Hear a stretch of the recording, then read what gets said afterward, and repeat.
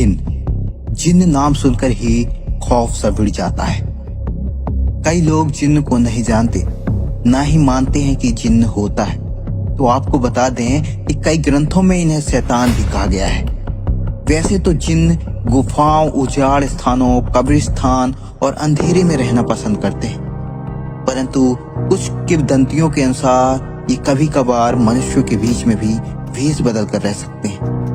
और यह जिन्न जिस व्यक्ति के साथ रहने लग जाए तो मानो जीव बेबसी हो जाता है। ऐसी एक दुख भरी कहानी मध्य प्रदेश के नीमच जिले में रहने वाले लक्ष्मण बंजारा जी की कहानी है। मेरे अंदर क्या है कि एक जिन्न यानी जिसे भूत बोलते हैं, तो भूत प्रवेश कर गया था शरीर के अंदर। फिर वो जिन्न ने मुझे बहुत परेशान किया, जैसे कि परेशान करता था, शरीर में बैठ गया था। बाकी मेरे क्या है कि ना तो चलने देता था ना उठने देता था, मतलब एक जगह बैठा रहता था। तो मेरे को मालूम भी नहीं था कि मैं कहाँ बैठा हूँ, कैसा नहीं हूँ। ऐसी स्थिति हो गई थी। घर में परेशान कर दिया उन्होंने, पूरा घर बर्बाद कर दिया था। मैं बहुत दुखी हो गया था। मैं खाना भी नहीं खा पाता था, ना कोई काम कर पाता था, ना कहीं घर छोड़ के बाहर जा सकता था। अब मैं उस वजह से इतना परेशान हो गया था कि हद से ज़्यादा दुखी हो गया था। अब दुखी होने के बावजूद करूँ तो मैं क्या करूँ। लेकिन इस समस्या का समाधान कहीं नहीं मिला। फिर क्या हुआ कि मैं जगह जगह भटका। जैसे किसी ने बोला कि आज वहाँ जाओ, आज वहाँ जाओ, आज तो उस देवी देवता को जाओ, उस देवी देवता को जाओ। तो मैं चारों तरफ हर देवी देवता के वहाँ चला गया, लेकिन मुझे वहाँ से कोई लाभ नहीं मिल पाया। मैं बहुत थक गया। थकने के बावजूद फिर घर वाले, माता पिता वो भी रोने लगे कि अब हमारा क्या होगा। उसके बाद गांव में बनी दरगाह में जाता है। तो मेरे गांव के पास क्या होता है, एक दरगाह बनी हुई थी। तो वो दरगाह में क्या है कि एक जो भोपा रहता था, तो भोपा था, उसने बोला कि भाई तुम एक काम करो कि कहीं भी चले जाओ, ठीक नहीं होगे, ये मेरी गारंटी है। तो मैंने उनसे बोला भाई अगर आप गारंटी ले रहे हो तो हमें ये जानकारी भी बता दीजिए कि मैं कैसे ठीक होऊंगा, क्योंकि आप बोल रहे हो कि कहीं ठीक नहीं हो पाओगे आप, तो मेरे को जानकारी आप बता सकते हो। तो उन्होंने बोला ठीक है मैं बता देता हूँ आपको, जिससे आप ठीक हो गए। तो उन्होंने बोला एक काम करो, आपके घर के पीछे एक दरगाह बनाओ। लेकिन आखिर में शैतान से पीछा छुड़ाना इतना आसान नहीं था। और जो शरीर में, आपके शरीर में भूतों का राजा ये जिन्न है, इसको हम वहाँ उसमें बिठाएंगे और इसके बाद में आपका शरीर छोड़ देगा।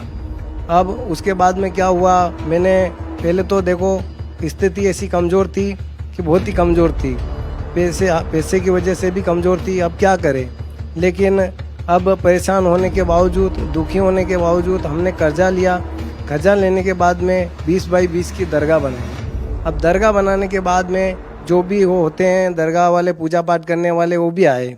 अब वो आने के बाद में उन्होंने वहाँ शुरुआत किया, जो भी उनका वो बनाते हैं चढ़ाना, फूल चढ़ाना और प्रसाद चढ़ाना, जो भी है मिठाई चढ़ाना, वो शुरू करने के बाद में वो जिन्न है जो मेरे अंदर मतलब घूमने लगा मुझे। तो घूमने लगा तो उन्होंने बोला कि अब आपको आराम हो जाएगा। और फिर क्या, लक्ष्मण जी के साथ उनके पूरे परिवार में जिन्न आने लगा। तो ऐसा ही 1-2 दिन निकला, दास और ज़्यादा दुखी हो गया। मैं इतना दुखी हो गया हद से ज़्यादा, फिर परेशान हो गया। अब परेशान होने के बावजूद कहाँ जाऊँ। उस भाई को बोला भाई मैं ज़्यादा परेशान हो गया। उसने बोला अब इसका कोई उपाय नहीं है। अब उपाय नहीं है तो मैं कहाँ जाऊँ। तो क्या हुआ कि जैसे वो जिन्न है जो वो मेरे शरीर में आता, दरगाह बनाने के बाद वो जो जिन्न था वो मेरे अंदर प्रवेश करके झाड़ फूक करवाता था उन लोगों को, तो वो तो ठीक हो जाते थे, लेकिन मैं और हद से ज़्यादा दुखी हो गया। घर वाले भी परेशान हो गए। ऐसा करते करते बहुत समय हो गया। पहले वो जिन्न क्या था कि मेरे अकेले में आता था, तो उसके बावजूद क्या हुआ कि वो दरगाह बनाने के बाद में हमारे घर में जितने भी सदस्य थे उन सब में आने लग गया और सबको ही परेशान करने लगा। अब परेशान करने के बावजूद हम कहाँ जाए, हमारा कोई ठिकाना नहीं था।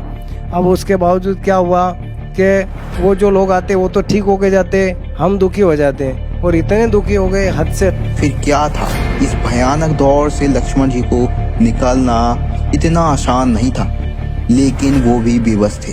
तभी फिर ये हुआ कि हमारे से 120 किलोमीटर दूर जो एक संत रामपाल जी महाराज का शिष्य है, तो उन्होंने देखा कि हम मुस्लिम धर्म को मानने लगे हैं, तो उन्होंने ये देख कर के और हमें डॉक्टर संत रामपाल जी महाराज और डॉक्टर जाकिर नायक की जो ज्ञान चर्चा है वो हमें हमारे मोबाइल में डाल दी। डालने के बाद में बोला कि तुम इसे देखना, इसे सुनना। जो संत रामपाल जी बताते हैं कि भाई पूर्ण परमात्मा यानी पूर्ण अल्लाह कौन है, उसकी जानकारी इसमें है। तो वो हमने सुना, लेकिन सुनने के बावजूद क्या हुआ कि मेरे को वो जिन बहुत परेशान कर रहा था। तो मैं क्या है सुबह सोच कर के मेडिसिन लेके आऊँ, आत्महत्या के लिए मेडिसिन लेके आऊँ और गोली खा के मर जाऊँ, बस ये मेरा लास्ट यानी अंतिम दिन था। तो उस दिन के बाद में क्या हुआ, रात में जब मैं सोया ये सोच कर कि सुबह में ये मुझे करना है, तो रात में क्या है सतगुरु देव जी संत रामपाल जी महाराज सतलोक आश्रम बरवाला हिसार हरियाणा में है, तो वो पूरा जो आश्रम है मुझको रात में सपने में दिखाया। अब दिखाने के बावजूद क्या हुआ, मैं उठा सुबह, मैं सीधा सतलोक आश्रम के लिए रवाना हुआ। अब सतलोक आश्रम के लिए गया और वहाँ जाते ही मैंने दूसरे दिन मैं आश्रम में गया और आश्रम में मेरे को रास्ते में भी बहुत परेशान किया जिंद ने, क्योंकि मेरे को जाने नहीं दे रहा था। मैं मतलब जबरन बहुत दुखी होके गया। अब जाने के बाद में जैसे ही मैंने आश्रम में प्रवेश किया और जाते ही परमात्मा संत रामपाल जी महाराज जी से नाम दीक्षा प्राप्त की। सर, जैसा कि आपने बताया कि संत रामपाल जी महाराज जी से नाम दीक्षा लेने से पहले आपको भूत प्रेत की बाधा थी और आपके अंदर भूतों का जो सरदार कहा जाता है जिन्न आता था। तो क्या संत रामपाल जी महाराज जी से नाम दीक्षा लेने के बाद आपके जीवन की जो परेशानियां थी क्या वो ठीक हुई? बिल्कुल सर, संत रामपाल जी महाराज से नाम दीक्षा ली।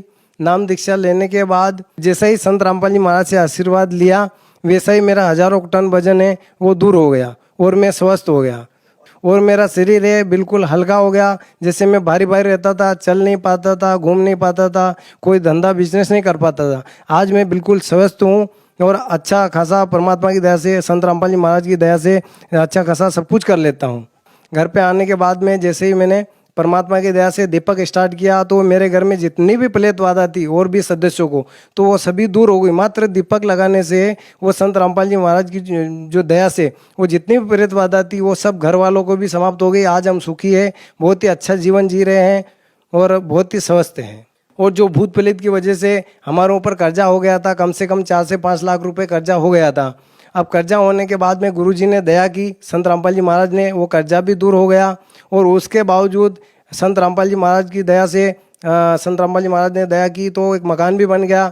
उसके बाद में परमात्मा ने दया की, संत रामपाल जी महाराज ने एक 4 व्हीलर गाड़ी भी दे दी। पहले हम एक नरक जैसी ज़िंदगी जी रहे थे और उस ज़िंदगी को देखकर आज हम ऐसे हैं, बिल्कुल सुखी है, स्वस्थ है और हमारा शरीर ऐसा रहता है बहुत ही अच्छा। हम परमात्मा की संत रामपाल जी महाराज की बताई भक्ति करते हैं और आराम से जी रहे हैं। हमारे घर में कोई दुखी नहीं रहता और हम बिल्कुल स्वस्थ रहते हैं। सर, जैसा कि आपने बताया कि आपको भूत प्रेत की बाधा थी और इसके लिए आप काफ़ी जगह भटके, उसके बावजूद भी आपको कोई लाभ नहीं मिल रहा था।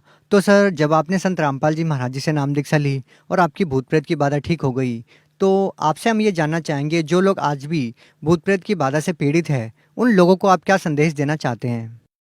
सर, मैं देखो उन लोगों से प्रार्थना करना चाहता हूँ जिनको भूत प्रेत की बाधा है और आप दर दर भटक रहे हो तो भी दूर नहीं हो रही है, वो संत रामपाल जी महाराज एक क्षण में दूर कर देते हैं। क्योंकि मेरे को पता है, मैंने हर जगह चक्कर काट लिए थे, हर दरगाह, हर मस्जिद, हर गुरुद्वारे, हर नाथ जी के वहाँ पर हर जगह चला गया, लेकिन मुझे कोई राहत नहीं मिली।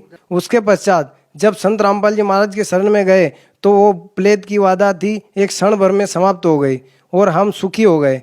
तो मैं यही कहना चाहता हूँ जो भी भोपे हैं इनके चक्कर में ना रहे।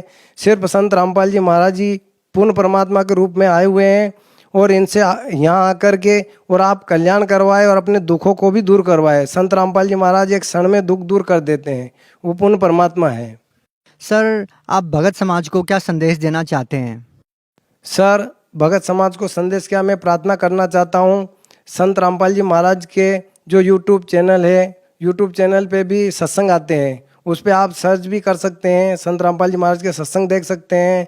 और ट्विटर पे भी है, फेसबुक पर भी है, सब पे है। उसके नीचे जो पीली पट्टी आती है उसके ऊपर नंबर दिए गए हैं संत रामपाल जी महाराज से जुड़ने के लिए।